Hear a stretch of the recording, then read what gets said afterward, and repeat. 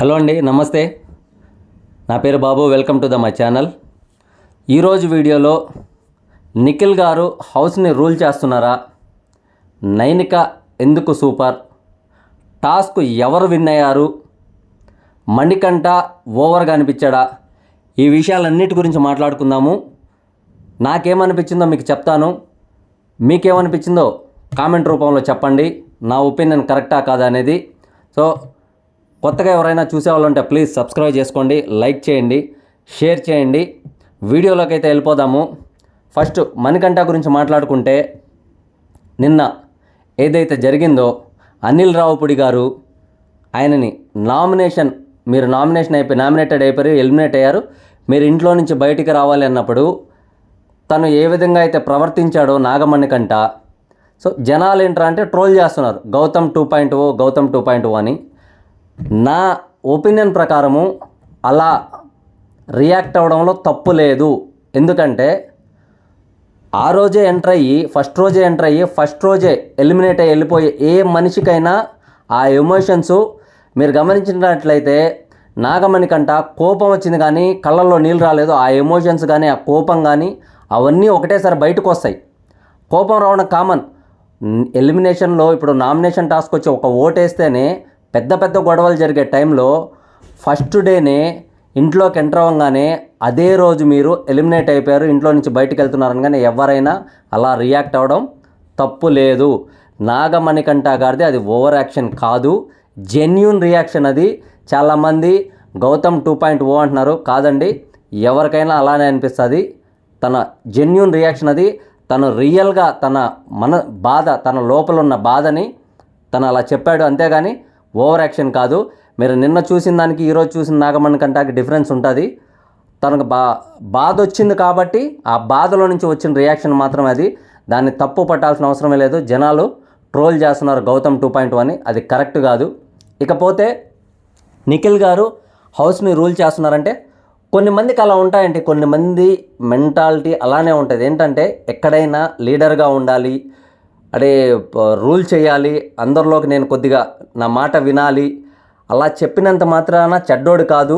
ఎందుకంటే ఆ లక్షణాలు ఉన్నవాళ్ళే, అలాంటి ఆలోచనలు ఉన్నవాళ్ళే ఏదైనా ఇప్పుడు ఒక నలుగురిని కలిసి తీసుకెళ్లాలన్నా కూడా, నలుగురితో కలిసి వెళ్ళాలన్నా కూడా ముందు ఆలోచన ఉండాలి, వాళ్ళని నడిపించే ఆలోచన ఉండాలి, వాళ్ళని తీసుకెళ్లే ఆలోచన ఉండాలి. అలా ఆలోచించడం తప్పు కాదు. కొన్ని మందికి చిన్నప్పటి నుంచి అలా మెంటాలిటీ ఉంటుంది. ఆ మెంటాలిటీ ఉండడం అనేది అది పెద్ద తప్పేం కాదు. దానికి కూడా కొన్ని మంది నిఖిల్ గారు సూపర్ అంటే నిఖిల్ గారు ఎక్స్ట్రాల్ చేస్తున్నారని కొన్ని మంది చాలా తప్పది. నిఖిల్ గారు ఆయన పాయింట్లో ఆయన కరెక్టు. నాకు కూడా నిఖిల్ గారు కరెక్ట్గానే ఆడుతున్నారు అనిపించింది. ఇకపోతే నైనిక ఎందుకు సూపరు, టాస్క్లు ఎవరు విన్ అయ్యారు, ఏ టీమ్స్ డివైడ్ అయినాయి, పూర్తిగా చూస్తేనే మీకు, పూర్తిగా వింటేనే మీకు అర్థమవుతుంది. ఇంకోటి ఏంటంటే నేను ఫేస్ చూపించకుండా వీడియోస్ చెప్తున్నాను. కొన్ని ఐటమ్స్ పెట్టుకున్నా, ఆ ఐటమ్స్ త్వరలోనే వస్తున్నాయి. అది రాగానే ఒక 1 వీక్ నేను కూడా ఫేస్ రివీల్ చేసి వీడియోస్ అయితే చెప్తాను. అప్పుడు దాకా నాకు సపోర్ట్ చేయండి. టాస్క్లో 2 టీమ్స్గా డివైడ్ చేశారు. ఒక్క టీంని అయితే నేను చెప్తాను, రెండో టీం పేరు ఇన్ఫర్మేషన్ అయితే బయటకు రాలేదు. ఒక టీం వచ్చేసి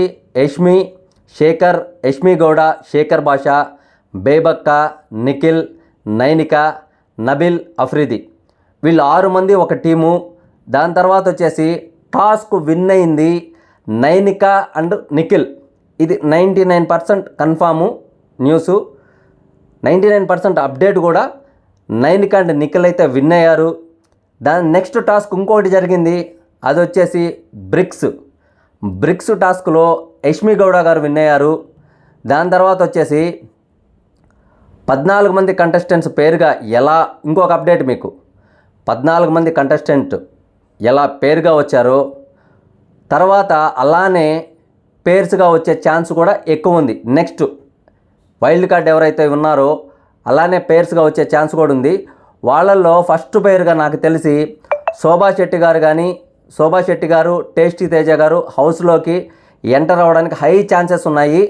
శోభా శెట్టి గారు అండ్ టేస్టీ తేజ గారు సెకండ్, థర్డ్ వీక్ నుంచి ఎక్స్ కంటెస్టెంట్స్ ఎంటర్ అవుతారు, ఆల్రెడీ చెప్పారు కూడా.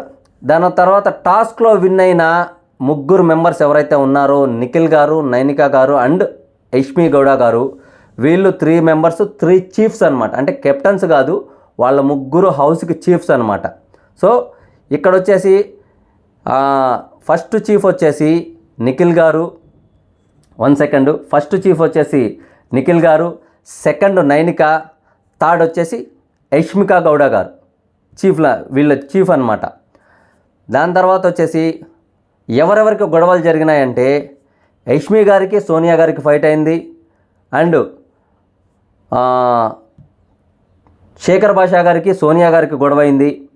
దాని తర్వాత హౌస్లో ఒక టాస్క్ జరిగింది, నామినేషన్ టాస్క్ అయితే జరిగింది. ఆ డీటెయిల్స్ వస్తాయి, ఆ డీటెయిల్స్ రాగానే నామినేట్ ఎవరెవరు అయ్యారనేది మీకు క్లియర్గా అయితే అప్డేట్ ఇస్తాను.